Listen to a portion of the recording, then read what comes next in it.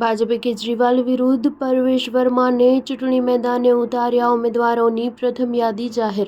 દિલ્હી વિધાનસભા ચૂંટણી માટે ભાજપે પોતાની પહેલી યાદી જાહેર કરી દીધી છે. ભાજપે આ લિસ્ટમાં 29 ઉમેદવારોના નામનું એલાન કર્યું છે. આમ આદમી પાર્ટીના સુપ્રીમો અને પૂર્વ મુખ્યમંત્રી અરવિંદ કેજરીવાલ સામે પરવેશ વર્માને ટિકિટ આપવામાં આવી છે.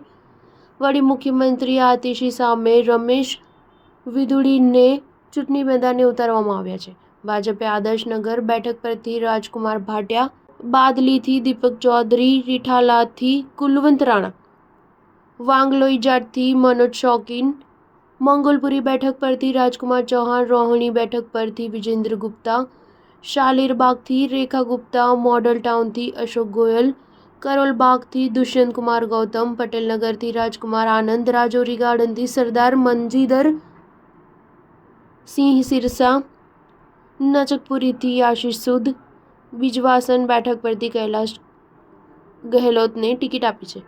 આ સાથે જ નવી દિલ્હીથી પરવેશ વર્મા, જંગપુરાથી સરદાર તરવિંદરસિંહ, માલવીય નગરથી સતીશ ઉપાધ્યાય, આર.કે. પુરમ બેઠક પરથી અનિલ શર્મા, મહરૌલીથી ગજેન્દ્ર યાદ, છતરપુરથી કતારસિંહ તંવર, આંબેડકર નગરથી ખુશીરામ ચુનાર, કાલકાજીથી રમેશ બુધડી, સીમાપુરીથી કુંવારી રિંકુ, રોહતાસ નગરથી જીતેન્દ્ર મહાજન અને ગોંડાથી અજય મહાવરને ચૂંટણી મેદાને ઉતારવામાં આવ્યા છે. નોંધનીય છે કે આપ તમામ 70 સીટો માટે ઉમેદવારોની જાહેરાત કરી દીધી છે. આમ આદમી પાર્ટીએ 15 ડિસેમ્બર દિલ્હી વિધાનસભા ચૂંટણી માટે તમામ ઉમેદવારોની જાહેરાત કરી હતી. પૂર્વ મુખ્યમંત્રી અરવિંદ કેજરીવાલ નવી દિલ્હીથી ચૂંટણી લડશે.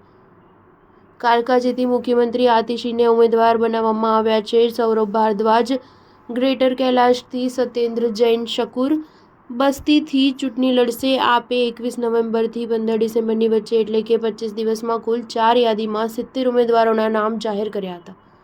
આ વખતે આમ આદમી પાર્ટીએ 26 વર્તમાન ધારાસભ્યોની ટિકિટ કાપી છે.